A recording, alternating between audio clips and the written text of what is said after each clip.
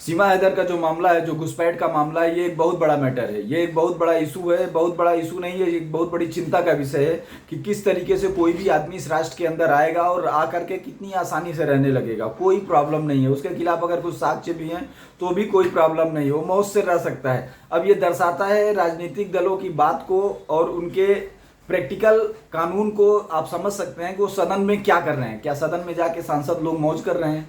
जो ये खर्चा जा रहा है, जो ये करोड़ों करोड़ों का एक्सपेंस हो रहा है, वो किस लिए किया जा रहा है? उन्होंने कौन सा कानून बनाया? ST SC एक्ट बनाने के लिए गए थे कि पढ़ने वाले लड़कों को मेडिकल में एडमिशन ना मिले, या जो अनपढ़ हैं वो डॉक्टर बन जाएं, ये कराने गए थे? या जो अशिक्षित हैं, जो इस लायक नहीं है जो इंजीनियर बने, उनको इंजीनियर बनाने, या जो इंजीनियर बनने लायक हैं उनको रोजगार से दूर रख के ठेला चलवाने? आखिर आप कौन सा कानून बनाने के लिए सदन के अंदर गए थे? क्या कानून आपने बनाया? ये कानून बनाया कि जो लोग सोशल सिक्योरिटी टैक्स भर रहे हैं वो जब बाद में बुढ़े हो जाएंगे तो उसके बाद उनको 1,000 रुपये पेंशन देंगे। 1,000 रुपये में किस विधायक जी का खाना चलता है? आखिर अब विधायकों को भी ये समझने की जरूरत है, जो जनप्रतिनिधि हैं उनको भी ये समझने की जरूरत है कि उनका दायित्व तो क्या है और उनका सम्मान और अपमान क्या है, उनको सम्मान किस चीज में मिलेगा। इस बात को इसलिए कहना पड़ रहा है कि आप सदन के अंदर कौन सा कानून बना रहे हैं कि घुसपैठिए इस देश में खुल्लम खुल्ला घूम रहे हैं? आपने सदन के अंदर कौन सा ऐसा कानून बनाया जिससे घुसपैठिए इस तरीके से मौज कर रहे हैं? आप कौन सा ऐसा कानून बनाते हैं कि घुसपैठ हो जाती है, एम्प्लॉई की कोई जिम्मेदारी नहीं है, जिसके ऊपर जान माल का खतरा आएगा वो झेलेगा? घुसपैठियों द्वारा हुई प्रॉब्लम की भरपाई उस एरिया में तैनात गवर्नमेंट स्टाफ से क्यों न की जाए? क्यों नहीं? वो लोग जिम्मेदार हैं जो अपनी जिम्मेदारियों को नहीं निभा पाए। उन लोगों की रिस्पॉन्सिबिलिटी क्यों नहीं है जिनकी वजह से ये घुसपैठ हुई?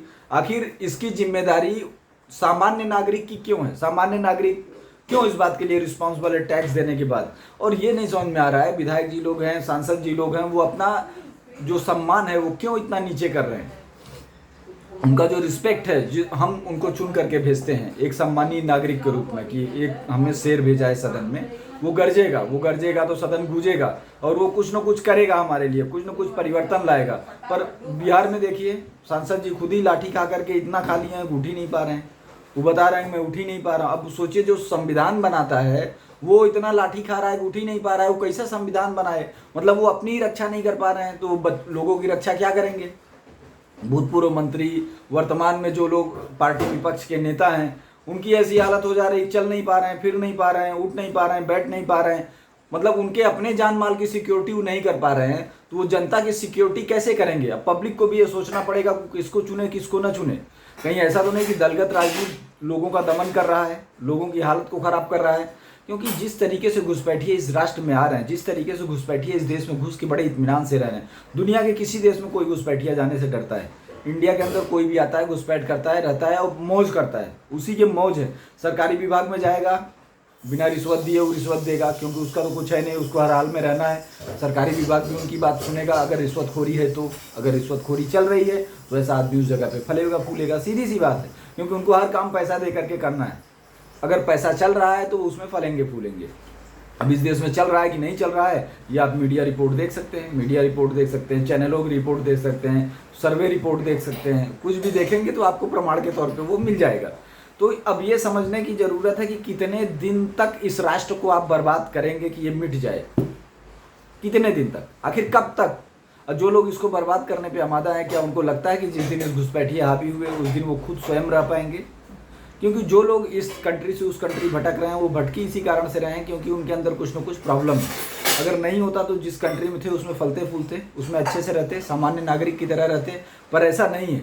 एकदम अलग ही सीन साट चल रहा है इसमें। अब ये सोचने की ज़रूरत है कि हमारे सदन के लोगों में वो कौन सी दुर्बलताएं हैं जो राष्ट्र के पक्ष में कानून नहीं बना पा रही हैं। वो हर कानून ऐसा क्यों बना रहे हैं कि पढ़े लिखे लड़कों को पत्र मिलेगा, जो जैसे तैसे पास हुए हैं उनको नौकरी मिलेगी, पढ़े लिखे लड़कों को स्कूल में एडमिशन रोक दिया जाएगा, बाकियों को बिरादरी के नाम पे एडमिशन दे दिया जाएगा।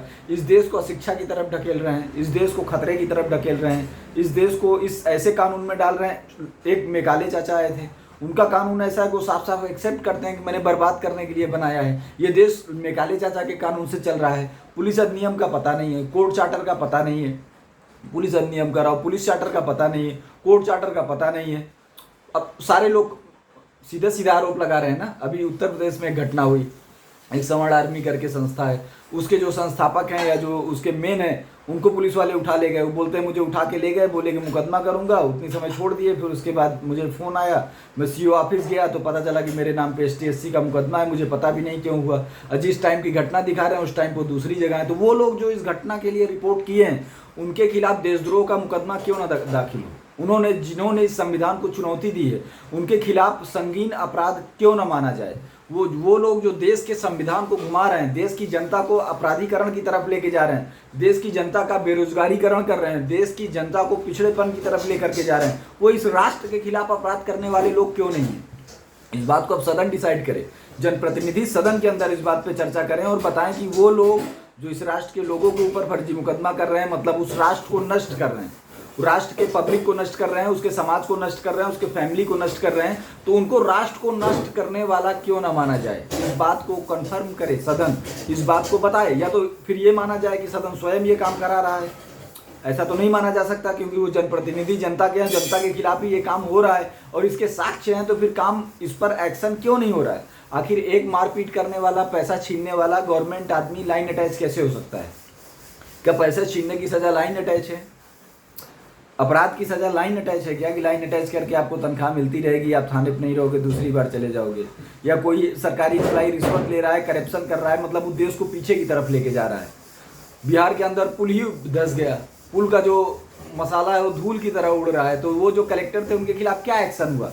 तो ये संविधान का मजाक उड़ाना हो गया। इसको इस राष्ट्र के खिलाफ अपमान क्यों ना माना जाए, इस बात पे पूरा सदन चर्चा बहुत ज़्यादा जरूरी है। जिस तरीके से विधायकों को दौड़ा दौड़ा के मारा गया, उनको ऐसे मारे को उठ ही नहीं पा रहे हैं, बैठ ही नहीं पा रहे हैं, कुछ लोगों की जान चली गई, कुछ लोगों को होश में ही नहीं थे, इतने मारे को उनके अंदर उलझन उड़ गई, होश में ही नहीं थे। तो इसको राष्ट्र के खिलाफ अपराध क्यों ना माना जाए? जो लोग इसमें इन्वॉल्व हैं वो राष्ट्र के खिलाफ अपराध किए, ऐसा उनके ऊपर क्यों नहीं आरोप चलना चाहिए?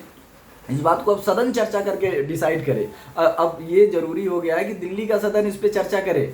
अब बहुत ज़्यादा मजाक हो गया इनसे उनसे, पब्लिक को ले जा करके पिटवाना, पब्लिक मर रही है, नेताजी स्टेज से देख रहे हैं कि क्या लाठी चल रही है, क्या लाठी मारा है, मतलब उनको अच्छा खासा एंटरटेनमेंट आ रहा है कि ऊपर खड़े होकर के पूरा नज़ारा ले रहे हैं एकदम बराबर, मतलब मौज ले रहे हैं, जैसे पिक्चर थिएटर में ऊपर की सीट पे बैठ के आदमी स्क्रीन देख रहा हो। तो इन चीज़ों के खिलाफ अब ये बहुत ज़्यादा ज़रूरी है कि जनता ने टैक्स दिया है वो दांव पेच क्यों सुने, जनता ने टैक्स दिया है वो किसी बदतमीज को क्यों बर्दाश्त करे, जनता ने टैक्स दिया है वो संविधान में गलत चीज़ों को क्यों बर्दाश्त करे, जनता ने टैक्स दिया है कि सदन में तुम बैठ करके कानून बनाओगे, कानून की हिफाजत करोगे, सदन के अंदर जो कानून है उस कानून के लिए तुम काम करोगे। तो इस तरीके का काम क्यों नहीं हो रहा है? आखिर आप लोग सदन के अंदर जा करके संविधान को क्यों अपमानित कर रहे हैं? संविधान क्या है? एक राजनीतिक लेख है, तो संविधान को बदलने की जिम्मेदारी किसकी है? आपकी है। अगर कोई प्रॉब्लम है, चाचा मेकाले उस प्रॉब्लम को दे गए, तो चाचा मेकाले से आपका क्या लगाव है? क्या आप चाचा मेकाले के वारिस हैं? क्या आप चाचा मेकाले के मतलब अगली पीढ़ी हैं कि उनकी विरासत को आपने संभाल के रखा हुआ है? इस देश की आप पीढ़ी है, तो आपने इस देश के लिए उन कानूनों को क्यों नहीं बदला? उस संविधान में संशोधन क्यों नहीं किया? आखिर संविधान में इस तरीके की व्यवस्था कैसे हो सकती है? किसी पढ़े लिखे लड़के को दबा दो और कोई अनपढ़ को उस जगह पे बैठा दो, किसी योग्य आदमी को हटा दो और किसी अयोग्य आदमी को उस जगह पे बैठा दो। संविधान ऐसा कैसे बोल सकता है? ये देश की प्रस्तावना के खिलाफ है, देश की प्रस्तावना के खिलाफ काम चल रहा है, तो उसको रोकने की जिम्मेदारी किसकी है? जो सदन के मेंबर हैं उनकी है। तो उन्होंने रोका नहीं रोका, उसी का नतीजा है जो बिहार में देखे कि वो सदन के मेंबर हैं, लाठियां बरस रही है, वो बता रहे हैं कि उलझन हो गई, 50 लाठी गिरी, 20 लाठी गिरी, गिरेगी। जब आप इस तरीके से अपना स्वयं का अपमान करेंगे खुद ही, तभी आपके साथ ऐसी घटना होगी। अगर आप सदन में गरजते, आप संविधान को संशोधित करते, आप पुलिस चार्टर लेकर के आते, प्रॉपर जुडिशियरी को डेवलपमेंट करते, अगर आपने जुडिशियरी को डेवलप किया होता, अगर आबादी के हिसाब से आज कोर्टें होती, तो किसी की इतनी हिम्मत नहीं थी, वो शांति से खड़े रहते। पर आज जिन्हें शांति से खड़ा रहना था, आपको सर बोलना था, वही उन्होंने ही आपके पीठ पे लाठियां सड़सड़ा दी। अब आपकी हालत खराब हो गई, बेइज्जती हो गई अलग से। पूरे विश्व में इस बात को देखा, पूरे विश्व में इस बात के लिए इंसल्ट हुआ इस देश का। ये विश्व में राष्ट्र का अपमान है, सदन का अपमान है। जनता के, अगर ये लोकतंत्र है तो लोकतंत्र में जनता के पास पावर है, जनता ने अपना पावर आपको ट्रांसफर किया, आप पिट गए मतलब जनता पिट गई, जनता पिट गई मतलब ये देश पिट गया। तो पूरे विश्व में इस बात का कितना गंदा मैसेज जाएगा। उस स्टेट के नागरिक को लोग किस निगाह से देखेंगे, इस देश के एडमिनिस्ट्रेशन को लोग किस निगाह से देखेंगे, टूरिस्ट इस देश को किस निगाह से देखेंगे। इन सारी बातों के लिए कौन जिम्मेदार है? जनप्रतिनिधि जिम्मेदार हैं। तो जनप्रतिनिधि अब इस बात को डिसाइड करें कि आखिर ये काम कैसे हुआ इस देश के अंदर। और इसको रोका कैसे जाए, इसके खिलाफ कानून क्यों ना बने। जो लोग इसमें इन्वॉल्व हैं, जो इस राष्ट्र में उपद्रव मचाने के लिए इन्वॉल्व हैं, जो इस राष्ट्र की तरक्की को रोकने के लिए इन्वॉल्व हैं, जो इस राष्ट्र में लोगों के जीवन को उलझन में डालने के लिए इन्वॉल्व हैं,